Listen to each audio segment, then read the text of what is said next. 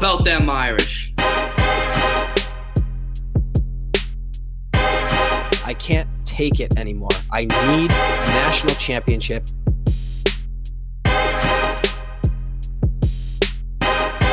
This is the Four Horsemen podcast.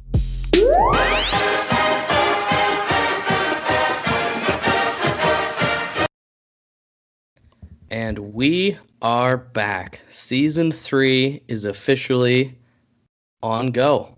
Welcome to the Four Horsemen podcast. I am Dylan. I'm joined by Steve today. We are not with P-Wagon, but we will provide all his spicy hot takes as per usual. And let's get into this. I mean, it's game week, buddy. It's Monday. How are you feeling? It almost doesn't feel real. It has been an absolute roller coaster of a year for all of the reasons that obviously everyone can imagine, and it feels incredible to be back. Season 3, and thank you so much to our recurring listeners. We love all of everyone that's been tuning in consistently, and we've been growing. And for all the new listeners, welcome. Welcome aboard. We're hopefully going to put out a fire show, some great takes, and let's just focus on all things Notre Dame football. And it is, in the words of P-Wagon, Duke Hate Week. So, Dill, I'll let you take us right into all the topics. Well, let's start first. Season is on. Is it going to last? What do you think? If you asked me this question last week, I would have said it looks like everything is quite promising. I'm going to remain optimistic because that is inherent in the DNA of any Notre Dame fan. Because if you weren't optimistic, you wouldn't be tuning in each year. But I saw a troubling tweet / report of the coronavirus cases that tested positive for the Penn State football team. A third of the guys ended up with it's a medical term that begins with an M. I'm not going to even attempt to botch it in the name of my fiance nurse, but essentially it's something to do with the walls of the heart, where it's weakened, essentially a weakened state where most younger, healthy people will probably be okay. And again, I'm just kind of speaking relatively ignorant. So hopefully if we have any doctors, feel free to DM or tweet at us.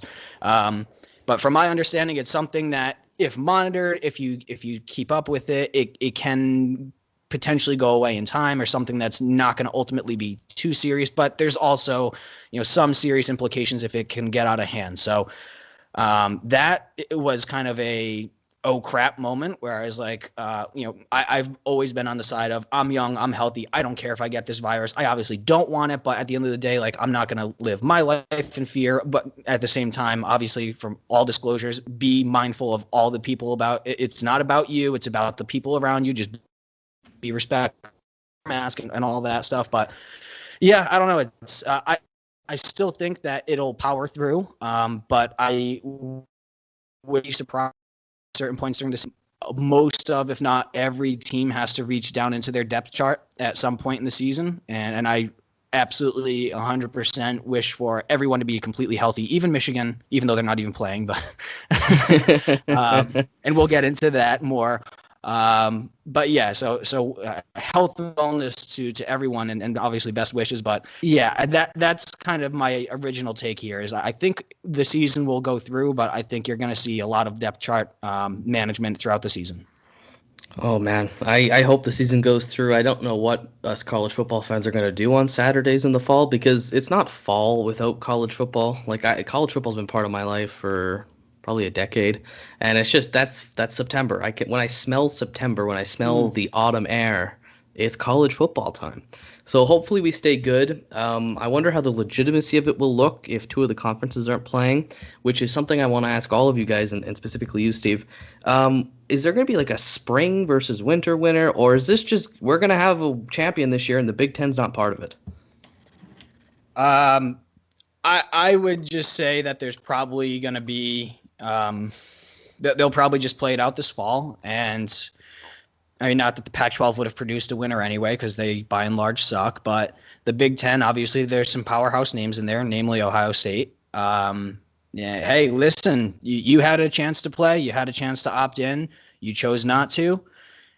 There's still a majority of Power Five conferences are playing. I don't see how you can see this as illegitimate. Maybe you could put an asterisk, but hey, if Notre Dame wins a national championship game, if you want to throw an asterisk on it, that is not going to stop me from partying for a week straight afterwards, and it's not going to feel any less real in my mind. So I'm perfectly fine with the way that things are playing out. I mean, this is an example of democracy. You can decide to play, you can decide not to play. You have the freedom and the liberty to do what you please, and it sucks for the Big Ten rather, excuse me, and it sucks for the Pac-12 for the kids because I'm sure a lot of them do want to play, but there's unfortunately, as with all things in life, some politics at play, and it kind of sucks. But some conference politics too, right? Because you got Nebraska right now, who's fighting tooth and nail to get to play.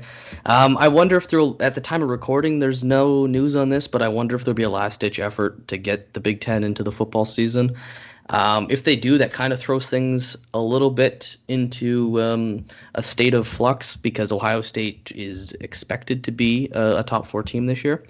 But like I said, and like you said, if you win the national championship with 3 Power 5 conferences in it, it's a legitimate championship. Mm-hmm. You're going to have to go through Alabama. You're going to have to go through Clemson. You're going to have to go through Oklahoma if need be, perhaps Georgia, and the defending champs, of course, the LSU Tigers. So I think it's going to be a really good season.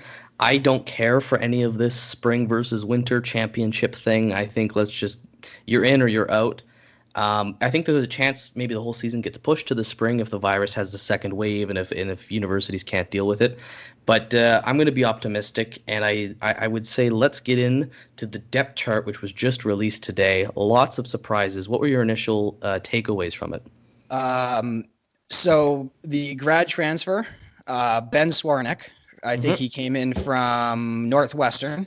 Yep. He is going to be starting at wide receiver in favor of Braden Lenzy. Avery Davis is getting the call over Lawrence. That's shocking. Isn't he a quarterback?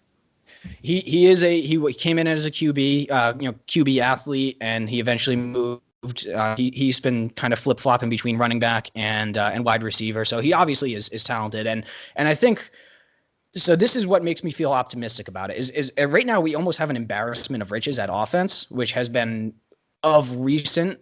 We've always had good units here or there, but I feel like we've never been complete. And that's why we've kind of fallen flat in key situations. At this point, my take is that we have a lot of depth, and for Avery Davis to emerge as a starter, it's taken him 3 years.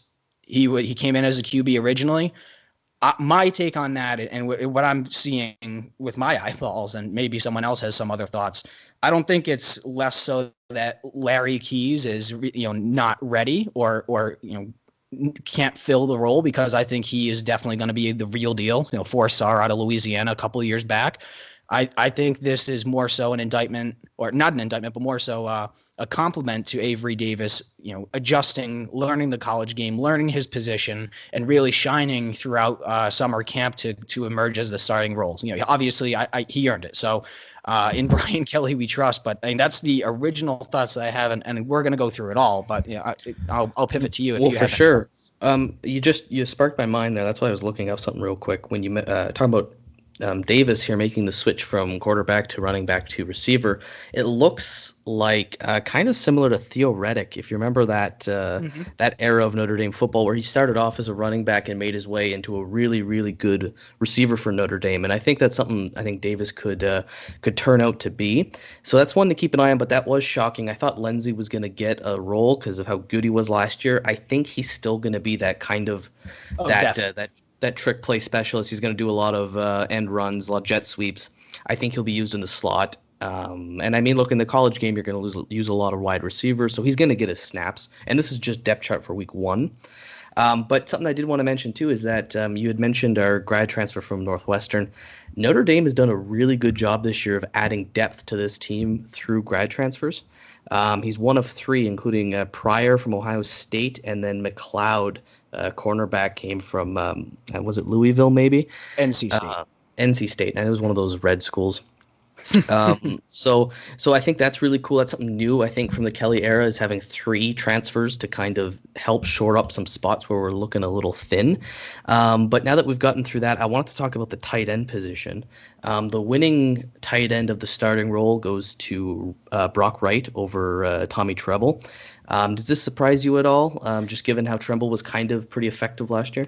In a manner of speaking, yes. Because Tremble, was he a true freshman last year, or at the very least a sophomore? Yeah, he was young. He was relatively young. He came on the scene as a 3-star, and I was surprised to see him really emerge last year over Brock Wright. Brock Wright has had a couple of injury issues over the past. I think he had an ankle a couple of years back, but Brock was a 4-star tight end coming out of borderline 5-star. Yeah, really and so he was incredibly talented, and I was always kind of like, obviously we're tight end university at this point, so anyone we have coming in, we have so much depth at the position, and each year we have great recruits. So to see Brock emerge is really cool. He's a huge body, and I think he can really open up some holes in the run game. And make no mistake about it, I think Tommy is still going to get plenty of snaps. He can go out into the wide position, out into the slot, because he is a pretty athletic and pretty quick guy. So I wouldn't be surprised to see a lot of 2 tight end sets, or for them to rotate regularly. But again, I think it comes down to an embarrassment of riches, so to speak, at all of our skill positions, which feels good to know that I think we're in good hands. For sure, and I think tight end is one where you're looking at the depth chart and you're like, holy cow, there's a lot of talent here right through, and it's like every year we're recruiting high 4-star guys to come in and play that position. So I feel really comfortable there. I'm hoping tight end becomes a bigger part of the offense, not in terms of run blocking, but just as an offensive weapon. You're seeing this in the NFL a lot now with guys like Kelsey and that monster who's playing for came out of Iowa. Anyway, TJ Hacken. Well, him too, but the guy who came the year before, Kittle. Thank you. Yeah. Kittle's an absolute monster too, and I think we're gonna see hopefully more of this wide receiver type tight end. And I think in the college game, where you have such a discrepancy in development and size, that using those tight ends over those linebackers and DBs would be a pretty effective way to move the ball down the field. So I'm really looking forward to that. I'm pretty hyped up there. And I do have a take after you complete this sentence. I just wanted to. Go ahead. Yeah. Oh, no, please continue. Sorry, I was about to move on to another position. So if you got something to say, go ahead. So just really quickly about the tight end position. Notre Dame, when we have great output from tight ends in any particular game, you'll see that we become very highly competitive. I mean, look at what Mini Gronk did last year against Georgia, or 2 years ago, with what was his name? I was about to say Eifert, but that's obviously long gone. Our boy got drafted to the Bears. Cole Kmet. Yes. Yep. I can't remember his name for the life of me. I'm running on like 10 hours of sleep the last 3 days. I'm sorry if I'm drawing a blank here, but he had 8 catches for 100 yards and a touchdown against Georgia. The tight end naturally is a comfort position for a QB, especially when you need to establish some rhythm and confidence. So for Ian Book, who at times in the past, as a younger developing quarterback, for him to have someone reliable it was Claypool and last year obviously as well. I think it's going to be really important to establish dominance in the middle of the field with tight ends. It's just to get some rhythm down, to build some confidence, keep drives going, and I think against bigger competition, better competition such as Clemson, for an example, if we can really integrate them into the passing game and get them out in the open field, bullying the defensive backs, I think that'll go a long way in to establishing prominence. For sure. And I think one of the things we would have said about Notre Dame this year with concerns would have been the passing attack, just with the losses we had, and we'll get into that a little more later. But obviously you lose Cole Kmet, you lose a lot of production. I'm not concerned there. I think we have enough depth, but it will be interesting to see who steps up, because there's a lot of balls, there's a lot of targets that are going to be going to guys who didn't get them last year. And it was, to some extent, it was like that last year as well, right? We only had Claypool coming back, that was known. So I think we'll be fine there, and I really do like our depth. So Wright, Tremble, any one of them, our Greek kid, was it Takis? I believe that's how you say it. Yeah, we're going to be good there. Which actually decided to kind of transition into something where I know we're going to be good this year, and that's the offensive line. Oh, Are baby. we the top offensive line in college football because we're returning 5 starters and 3 of them could be first round picks?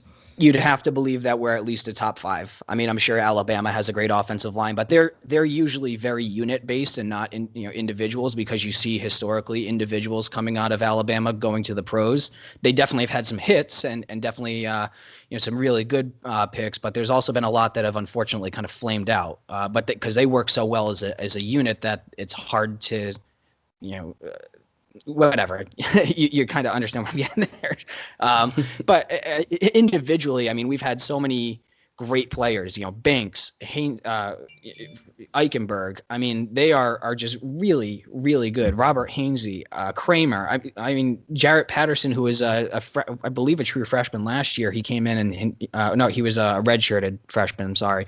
But he's really established a role as well. And for us to pick Jarrett Patterson out of USC territory and for him to start so young and to be so prominent, yeah, I mean, this is such a good unit and a lot of depth behind those starters as well. So, God forbid any sort of tough scenarios come into play. I think we're still going to be, I don't think we're going to see too far of a fall from grace, so to speak. This is going to be a body moving unit. And these are some big fellas that are going to be really impressive. Yeah, and I think it's helpful having the experience because at times last year I don't think they were super impressive, but I believe Pro Football Focus has graded them the number 1 offensive line returning and at least top 3, top 4. And I think that's going to be excellent. It's just the depth too, right? You look at the backups on this 2-man depth chart that was released today, and it's 4-star guys all over the place. There's so many good recruits from the last 2 or 3 recruiting classes who are just backing them up. They're not experienced, let's say, like with snaps, but there is that talent where I should feel comfortable if someone goes down. Unless you have anything else to say, I want to move to something interesting that a lot of Notre Dame fans were excited about in the last recruiting cycle, which is Chris Tyree. It's interesting that he's listed as the first backup because they said him or him or him or him. Mm-hmm. And he was the first name as a backup. I didn't expect him to win the job right away. But what I want to know is, do you think he's still going to get a lot of snaps in this offense as a true freshman?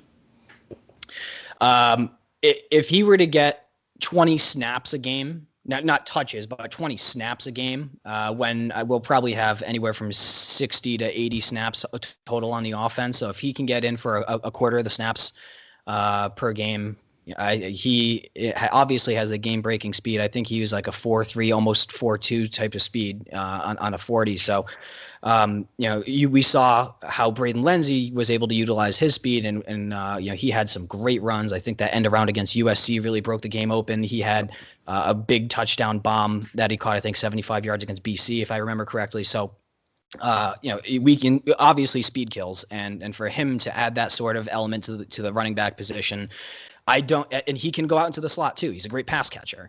So even if you have 2 running back sets, just like if we have 2 tight end sets, sorry, window is open there.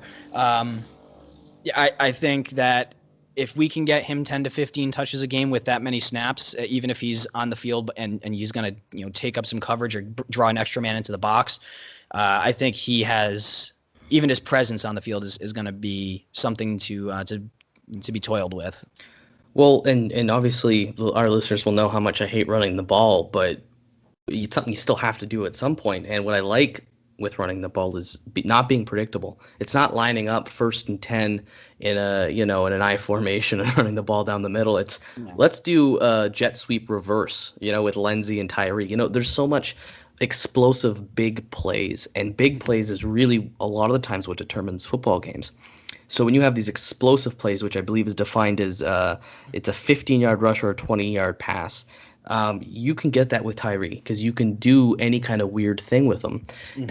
And that's what's exciting too, is not just special teams, but any kind of trickery that this team can pull.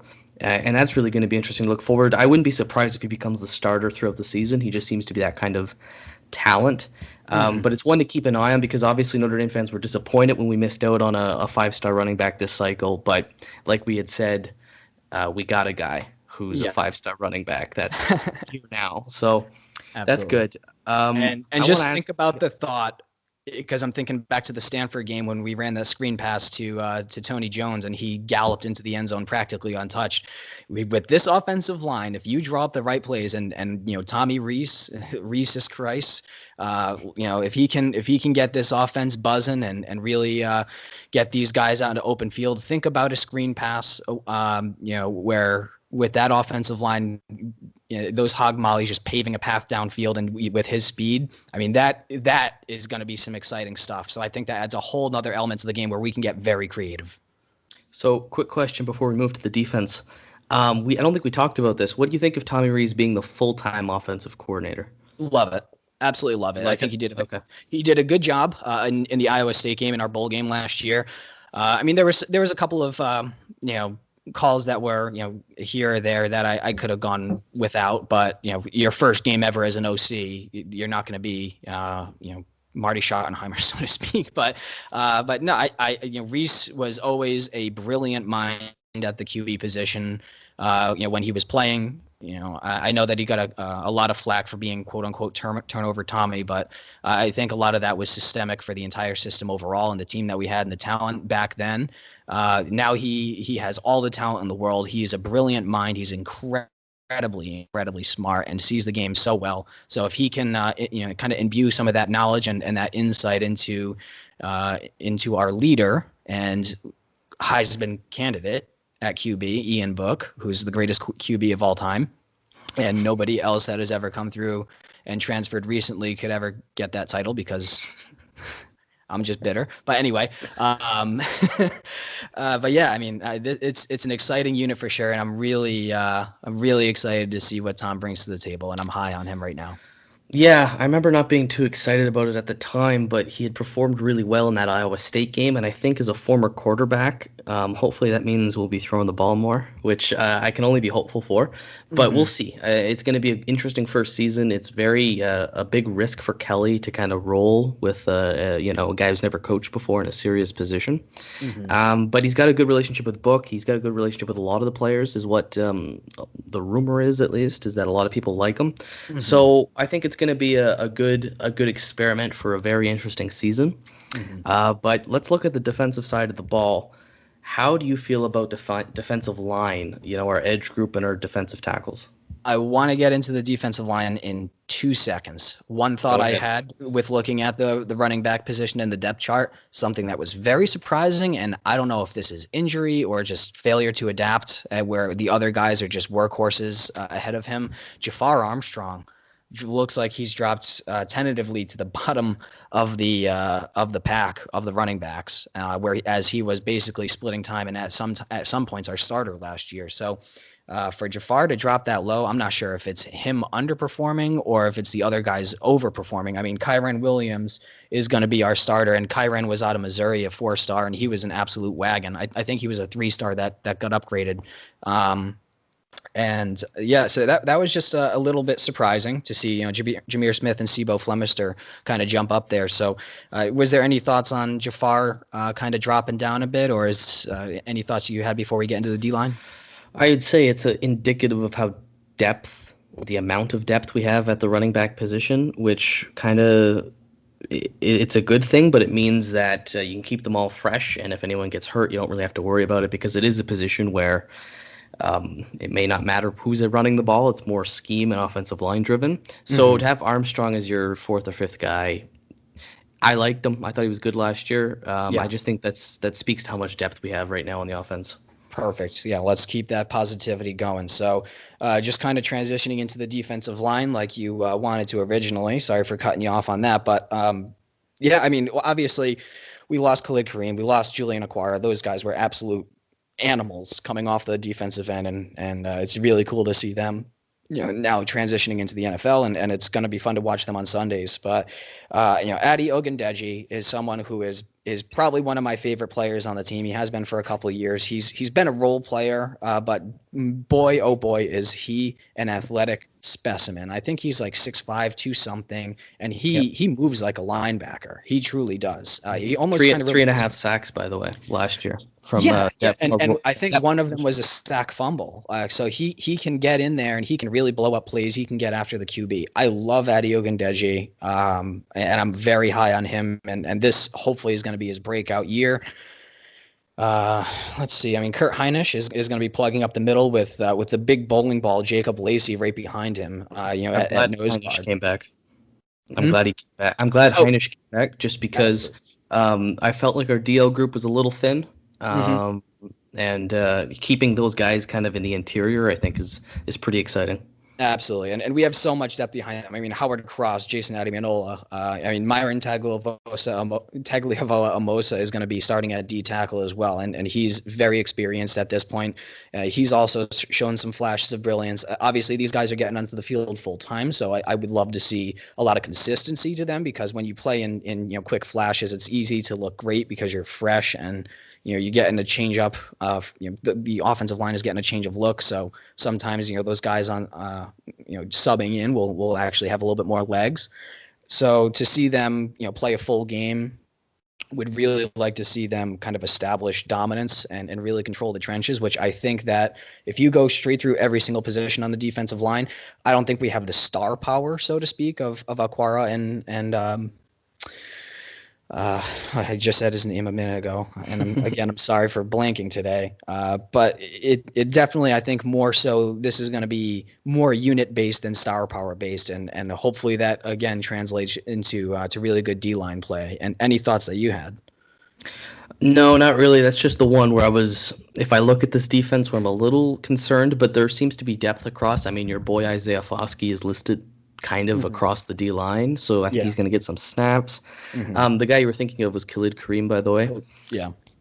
He's going to be a monster wherever he lands, or wherever he did land. I think he's in Detroit.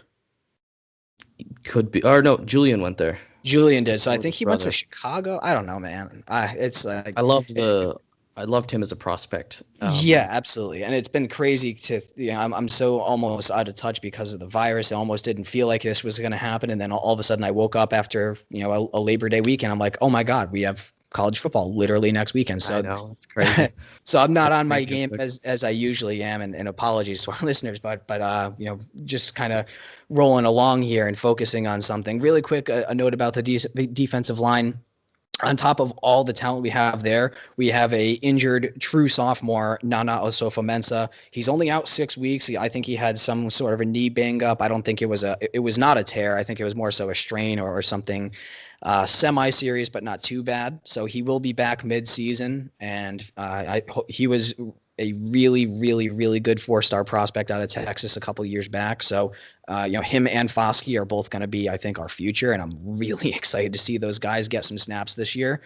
But yeah, I mean, it's definitely going to be unit based, and it's all hands on deck. And there's probably going to be a slight drop off this year in terms of defensive line, quote unquote, production. But I think that there's the pieces around them, backing them up, that's going to prove to see, put them in a position to create some success.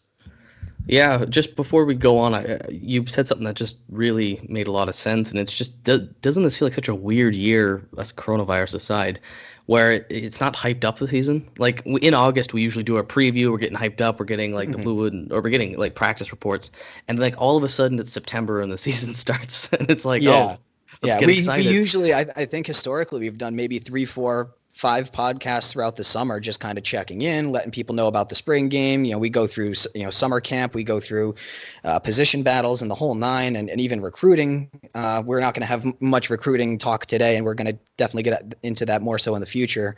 But yeah, so this kind of did sneak up on, I think, everyone, not just us, right. But we're here and we made it, and it just feels so damn good to talk Notre Dame football. It's so good. I'm so glad it's looking like it's going through. But another thing, and that kind of leads into this, is that we haven't had many injuries, and I wonder if that's probably because of the virus. But it always seems like one or two big players we just lose for the season in preseason training. And something I also want to ask you is, and I always forget it, if it was which receiver it was last year who was officially suspended for 4 games. Kevin Austin. Did he transfer? I didn't see him on or maybe I overlooked him, because I thought we lost one of our receivers in the portal. I don't think that Kevin Austin is on the transfer portal, and I can look that up now just to fact check. I think it's more so been off the field stuff, and I from what I've seen, there were reports that he was practicing and he was very, very good in practice is what I've seen, from a couple of tweets, like Pete Sampson as an example, who's a great follow on Twitter if you are in the Notre Dame sphere. So I definitely saw his name pop up. I was surprised not to see him on the depth chart, and I'm going to look into him a little bit more as you speak, about, again, just the general depth chart here. Yeah, well, I mean, it's. I think the overall point is our losses have been mitigated this summer in terms of not having a fully fit and fully at our peak squad. But one thing I did want to get into as you're looking that up is the secondary, and specifically at corner. We thought that was going to be a group to be slightly concerned about. And looking at the depth chart, I feel kind of good about corner. I feel pretty good about the secondary in general. I'm going to let you hop in with Austin. Quick callback. Yep. So with Kevin, it looks like in August he had a metatarsal fracture in his ankle, or left foot rather. So that's why he's not on, because he's one of the the big injuries that inevitably happen each year. So usually a broken foot is about 6 to 8. So he'll probably be back mid-season. And from what I saw is he was in some pretty fine form in camp. So obviously we wish him a speedy recovery, and I would love to finally see him out there making plays, because he feels like one of those recruits that can make such a freaking impact. And we were looking so forward to him as a true freshman. And, there's been some turmoil, but good things are on the horizon. Let's keep some positive thinking for sure. Forward. And that's where the grad transfer comes in really handy in terms of depth, as he can fill right in for Austin. But yeah, so DBs, I think it's a huge sign that McLeod won the job, and it was listed as the first cornerback. That's the grad transfer out of NC State. The reason I bring that up is that he pushes Sean Crawford in his 9th season at Notre Dame. He pushes Sean Crawford to strong safety, which is really interesting, because the way Notre Dame plays, is a quick reminder for everyone, we play a rover. So we play a 4-2-5. So we have 4 defensive linemen, 2 linebackers, and then 5 DBs with a hybrid rover position acting as a linebacker safety hybrid. So we essentially have 3 safeties out there, but Crawford is a cornerback. And what's really interesting is that he's listed as the strong safety, but that's another coverage guy. We have another coverage guy in the secondary, which is super interesting because, obviously stopping the passing game is so important. And when you have 2 corners and one of the safeties who is essentially a third corner, I think that is really, really interesting going into the season. I want to know if you had any thoughts about how McLeod pushes Crawford over and what that means for the scheme. Yeah, and historically Crawford has been a slot corner, nickelback type of guy, and again with our 4-2-5 stack, he fit so well into that, and he got plenty of time. So even as an official third corner, he was absolutely integral. And when he's healthy, he's obviously had some health problems in the past. When he was healthy, the tangible difference that you saw with that team, game after game, drive after drive, was so real. You could just tell there was some sort of confidence that was built by having him on the field. Greg Flaming, I believe is how you say his name. Again, another Notre Dame guy to follow on Twitter. He often has great insight. Did say something along the lines of, this could potentially be something where you're going to have him sitting back at the safety position, able to keep his eyes on the ball, on the quarterback at all times, and really step up to make some plays. And especially with an absolute rocket like Kyle Hamilton basically controlling center field, who will obviously focus on him more, who is basically sent by God himself to help this defense. You got to be confident that Crawford as that safety can kind of jump up a little bit and help out in the box with the run game, and also he's with his facing the QB, going to hopefully be able to transform into a huge playmaker because he's experienced. This is legitimately his 6th year. I know we joke that it's 9, but so he's very well developed. He has a nose for the ball. He's a baller. He's a gamer, and I think if we have a full healthy season with this entire secondary, I honestly don't even know how someone's going to complete a single pass against them, frankly. Well, and that's something I wanted to get into too, is it looks like this coaching staff is committing to a stop the pass secondary, which is, I love it. I love it. We have 5 ball makers out there who are not going to let you throw the ball. When you have your cornerback as a safety, guy who's specifically good in tight coverage because he's played slot corner, I love it. I think it's excellent. But something is surprising is that the transfer from Ohio State, Isaiah Pryor, is listed as the backup to Kyle Hamilton. I thought he would have been the starter at strong safety.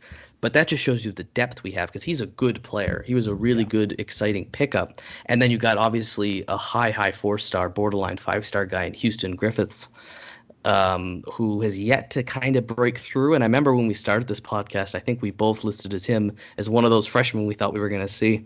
So Absolutely. Here we are 3 years later, kind of hoping to kind of get that breakout. But, man, the depth in the secondary, I thought it was going to be maybe a weakness, and it looks like it's an absolute strength. If, of course, McLeod holds his own as the number 1 CB, and obviously Tariq Bracy, I think with his natural development, should be absolutely fine on the other boundary there. Mm-hmm. So I'm looking forward to that, and I think that should lead us to our last point on the depth chart.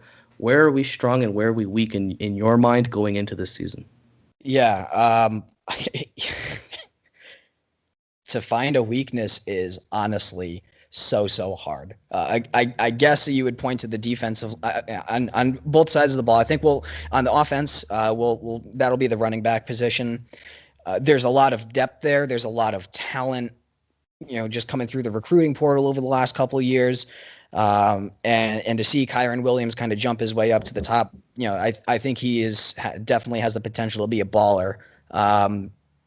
As you've rightly pointed out many times, if you get shut down with the run, it's not the end of the world because we have a lot of talent at wide receiver, a lot of unproven talent at wide receiver. But it is going to be nice to have Javon McKinley really take a senior leadership role and really see him get in a full season because he had some flashes of brilliance himself last year. So I would say running back on the offensive side of the ball, even though there's, again, so much upside with, Kyron taking the lead, Chris Tyree, and the whole squad. And then with the big bodies in front of them, I think we can definitely have a good running game. And then on the defensive side of the ball, you do have to, obviously, right at the top, say that the defensive line did take a drop off talent wise, as we've obviously discussed just a couple minutes ago. But there's still the talent, there's absolutely the depth, and we might not have the superstar power, but as previously established, that is going to be a pretty good unit. And if they can all work together, I think even though they are quote unquote the weak link, they're in theory, you have a secondary that's going to give them so much time to get after the quarterback. And if I think honestly, if we can just focus on stopping the run, then like sacks and pressure in the passing game are naturally going to happen because of the secondary. So I don't know how these guys are going to do against the run, but hopefully, they hold their own. Excellent. I mean, I agree with you on the defensive side of the ball. I think offensively, I would say wide receiver just because we don't know the talent there. It's not that there's no talent. It's just that there's no star power, similar to the defensive line. I wonder, who is Book going to look to this year, right? Last year it was Claypool. The year before that it was our boy from the Baltimore Ravens, Miles. Isn't it Miles? Boykin. Miles Boykin. Miles Boykin. There we go. Thank you. We're both pretty bad for names today. So who is it going to be this year? Is it going to be McKinley? Is it going to be Wright? Is it going to be Lindsay? I don't know where they're going to go with it. And that's just a little concerning if I'm Notre Dame looking into the season is, okay, where's the actual passing attack going through? If it's spread out, that's fine. Because Ian Book, and we're going to talk about this in a moment, our season goes as far as Ian Book takes us. So having those weapons and where he goes is going to be very interesting. So it's not ideally a weakness, but it's an area of concern or area to watch for. In terms of strength, and it's funny that you didn't even mention strength. You went straight to weakness because that's that negativity over there, Stephen.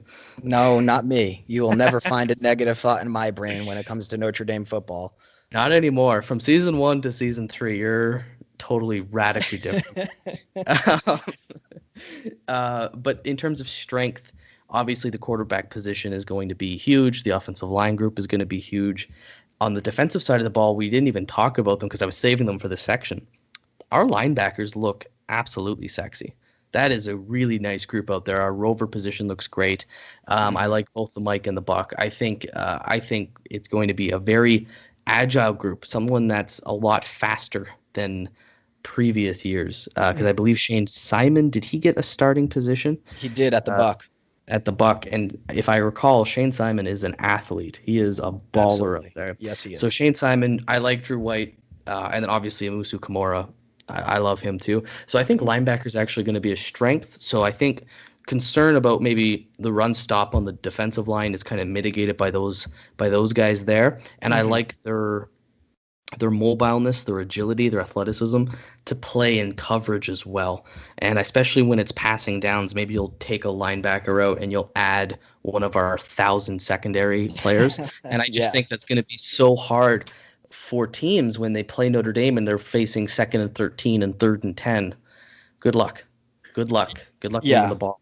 Exactly correct. I think if you are anything if it's second down and you have 7 or more yards to go, you're in a very, very hard position to move the ball against this Notre Dame defense. I mean, if we can win first down, then that means we're pretty much more often than not going to be winning the series.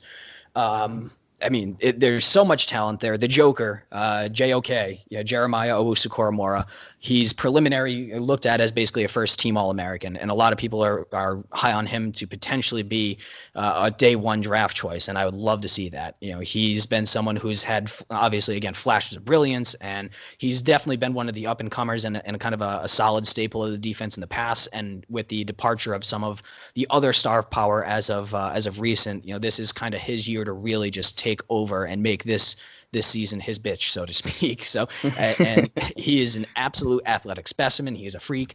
He's coming in at 6'1.5", 215. So he's one of those hybrid guys where he almost plays as kind of a safety slash linebacker that also is good in coverage, but he can strip the ball away from a ball carrier. He can lay a big hit. He can get after the quarterback. So you're absolutely right. I mean, this the front seven is our quote unquote worrisome part of this defense, but with that unit, I mean, holy crap, they are going to be very solid, very, very solid, and it's very exciting.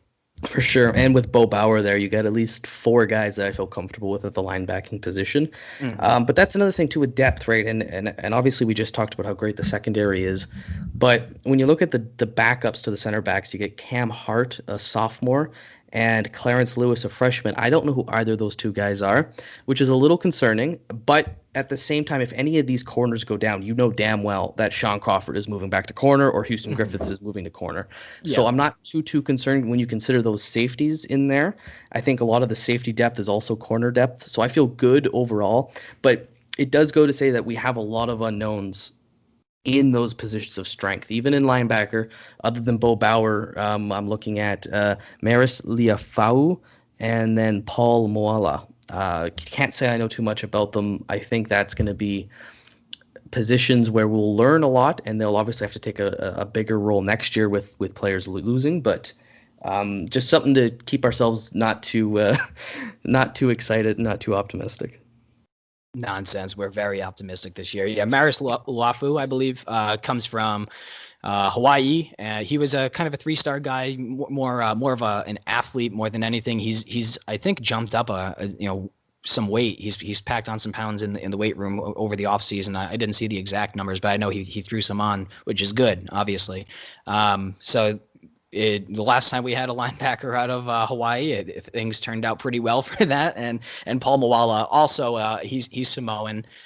Samoans, for one reason or another, tend to be very good defensively. I don't know what's in the water down there, but no, he was also kind of a 3-star guy. He was a safety that did convert over the course of time as he juiced up. So, and that's kind of one of those guys that long term, as the depth chart shakes out over the next 2, 3, 4 years, he could end up.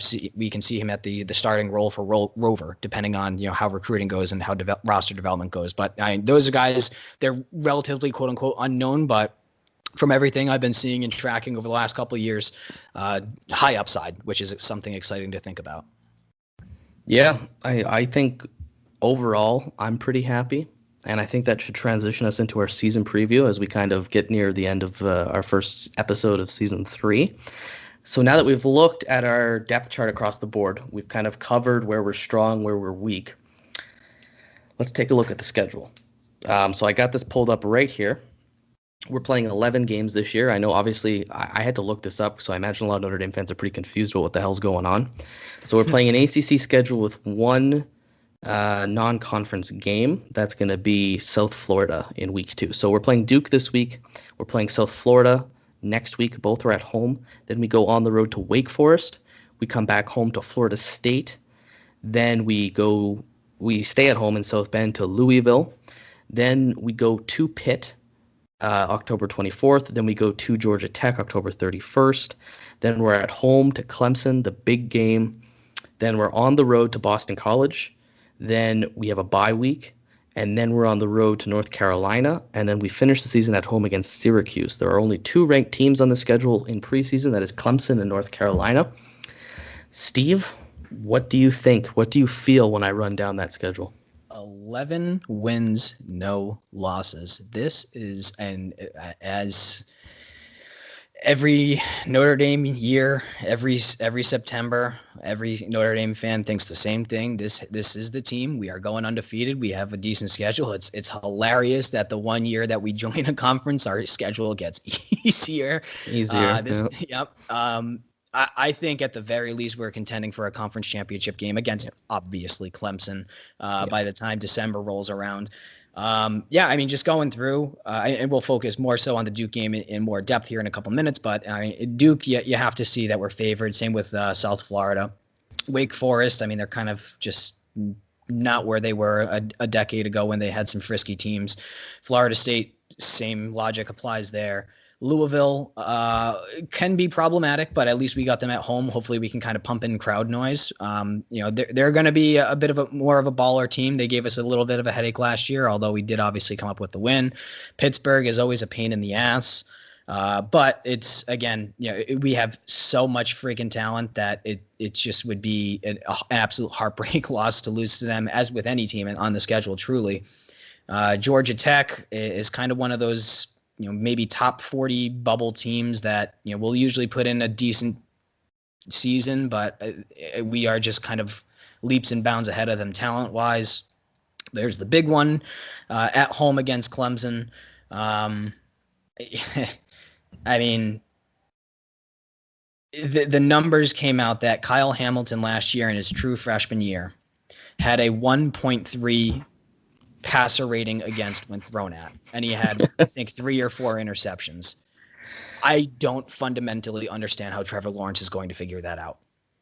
That's going to be a tough one for sure. We had Trevor Lawrence on the ropes until friggin' not Bryce Love, Julian Love went down in that playoff game a couple years back. We were hitting him, we were getting after him. He was keeping all of his throws short. And then, of course, certain someone comes into the game after Julian Love goes down, and that particular certain someone who will not name by name, gave up like 2 long passing touchdowns, and the secondary broke down, and that's when they were when Trevor Lawrence was able to start going over the top. I don't see how he can go over the top. I don't see how any quarterback can go over the top and stretch this Notre Dame defense thin.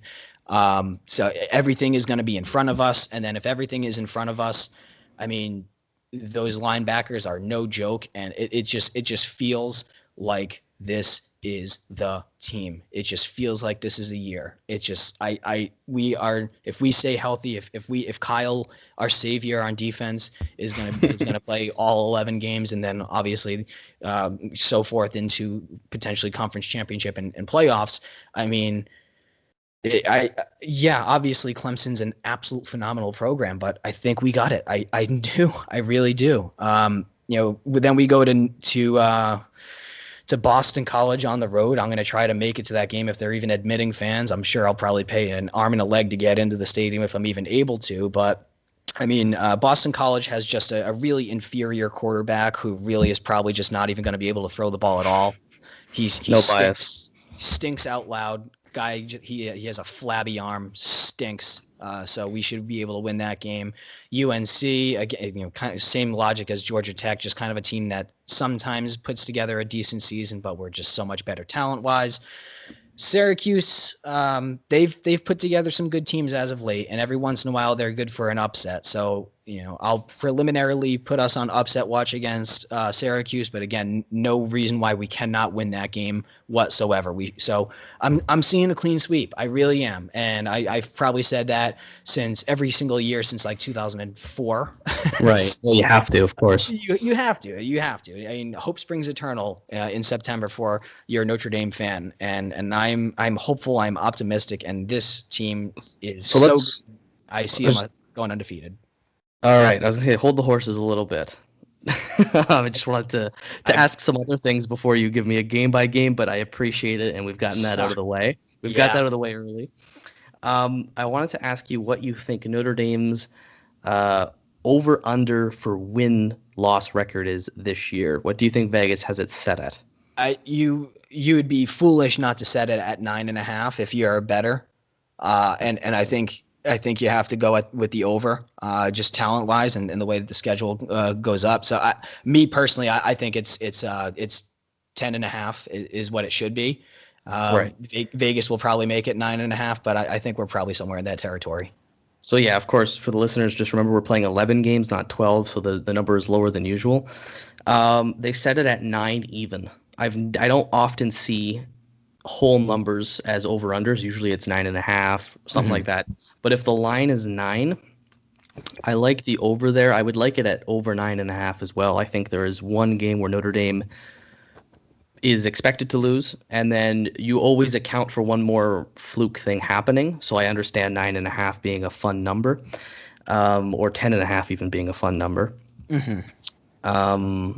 But yeah, so we're at 9. I like the over there, and I couldn't find odds on all the games, but I imagine Notre Dame is favored.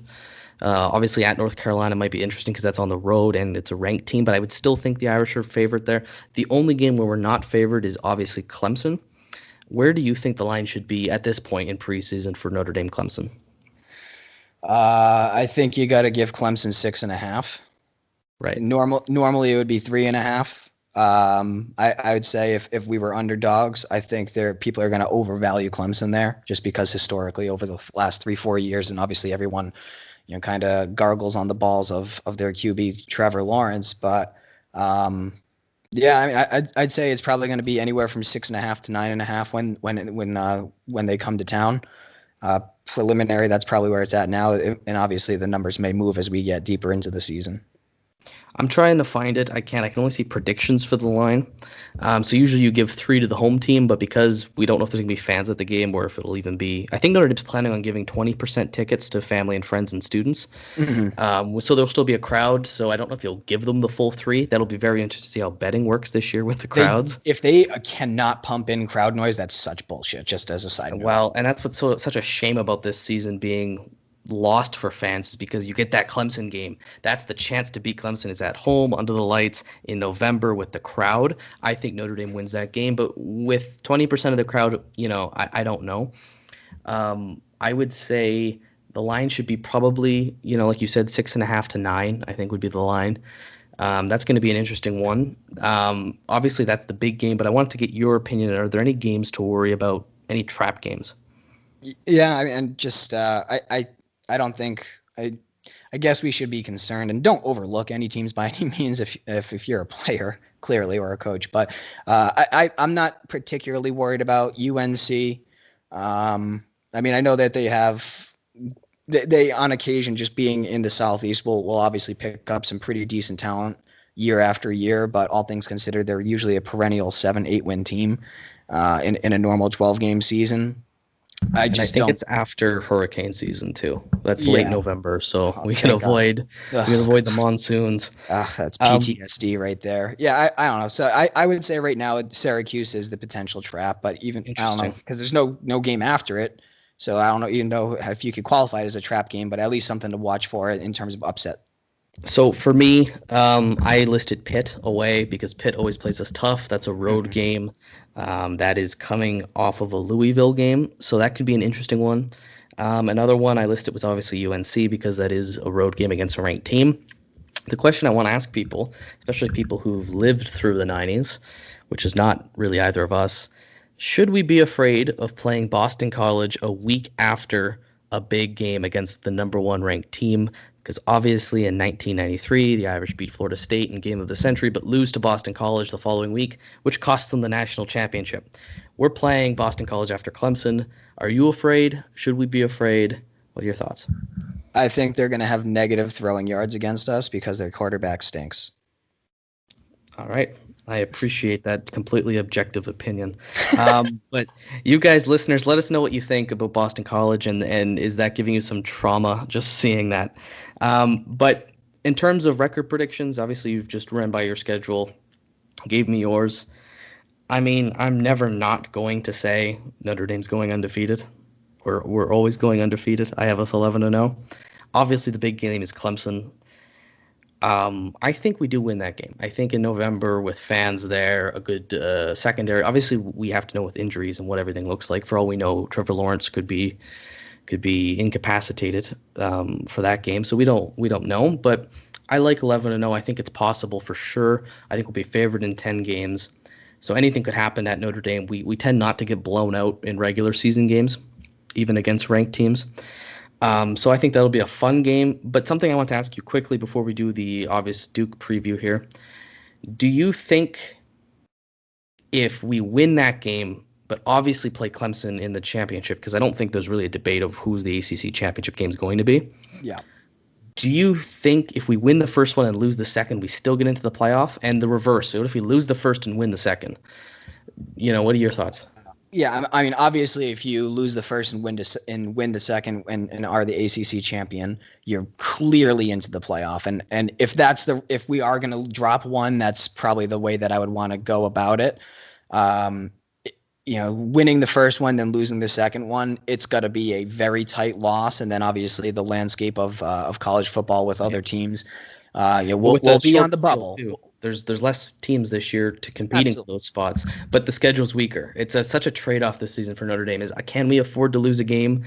And I'm afraid, because I think we do win that game in South Bend, but I don't know if we can beat Clemson twice. And I'm a little afraid about the ACC title game. I think it's possible we go 11-1. And can you still get in with an ACC title loss? Clemson obviously ranks ahead of you. But where Clemson goes, third, and we go fourth, maybe. That's going to be interesting to follow. And obviously, listeners of the show know that I follow the playoff committee. I'm trying to be their voodoo interpreter, what they're going to do. So we'll be following that all year, what we're going to have to do to get in. But that's an interesting one for you listeners at home. Let us know, too. Do you think we can beat Clemson in November, lose to them in the title game, and still get into the playoff?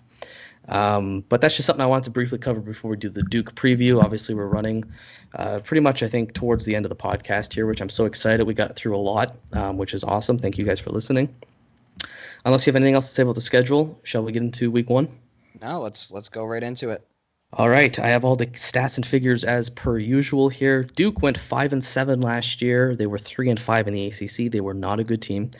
They won key wins. We'll do first. They beat Virginia Tech on the road and they beat Miami at home, suggesting that, there's potential here for something.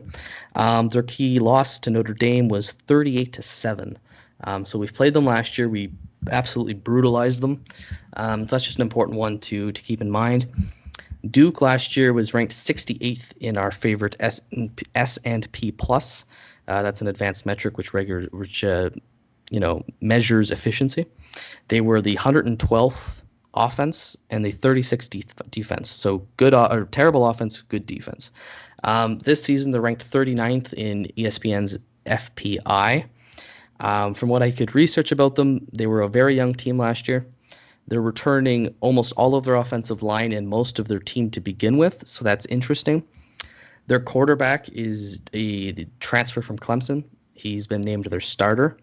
I think things point to Duke being a lot better this year. They're not going to be a 5-win team. They're going to be a bowl team. How much better they get, I don't know. Interesting to note, though, Pro Football Focus has ranked edge player Chris Rumph II out of Duke as their 7th highest returning player in all of college football. He is an absolute beast on the edge. That's something Notre Dame's going to have to look out for in this game. But that's the Duke side of things. Duke was bad last year. They should be better this year. They're returning a lot of players. Notre Dame, obviously, our listeners will be familiar with. We went 11-2, 5-0 in the ACC last year. We were 19th in S&P Plus, 20th offense, 22nd defense, which goes to show how balanced we were as a team. And we're 11th this season in ESPN's FPI compared to 39th for Duke. So with all that being said, all the information is out there. How are you feeling about Duke? Are you worried at all? Do you think maybe the returners could be a problem, or do you think this is going to be another 38-7 game? I don't think it's going to quite be 38-7. And I think this is going to be inherently a little bit more of a sloppy game, just given that there's been practice limitations and restrictions, and we're in kind of this twilight zone type of year. But with that being said, I still think we are at least a 2-touchdown victory. There's just too many weapons, and we just have too much talent on the defensive side of the ball to keep them into this game past the third quarter.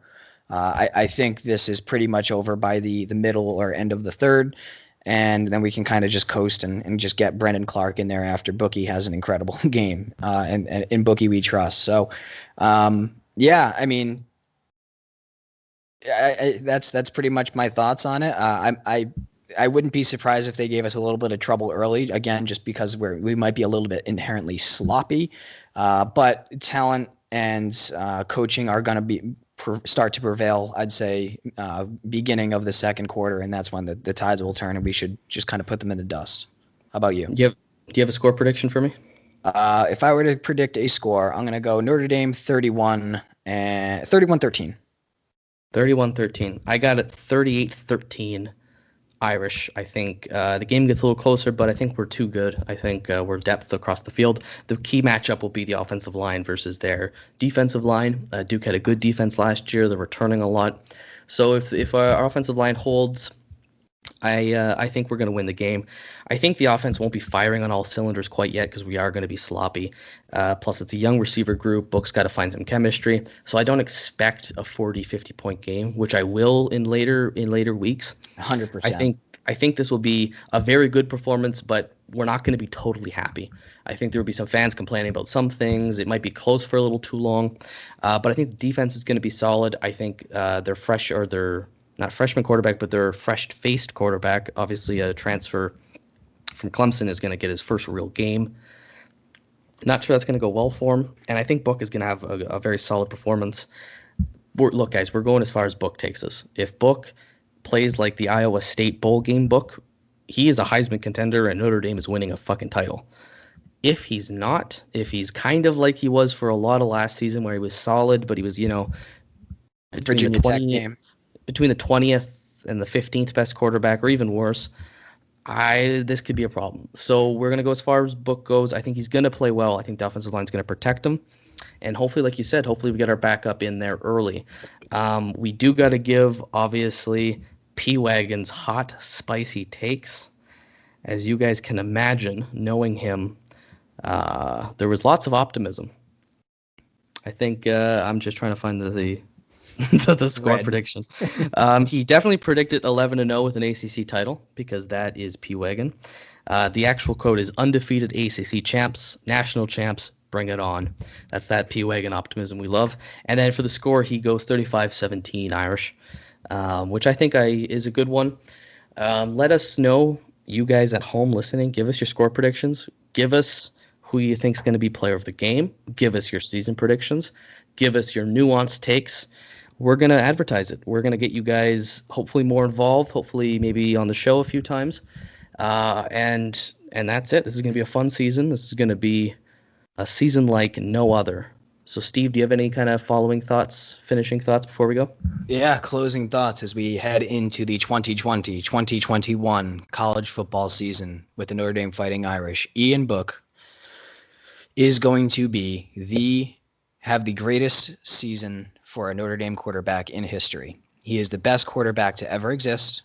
He can do no wrong. He is calm, cool, collected in the pocket. He has the accuracy, and he is going to break this game wide open. He doesn't have a go-to guy he's going to really hone in on, but he has so many weapons around him that he's going to be spreading the ball far and wide and just dominating every secondary along the way because he's got some hog mollies in front keeping him upright. So, Ian, you are the greatest American, and I mean that in every sense of the word. I love you. I've never doubted you for a single second in my entire life, and certainly not on this podcast.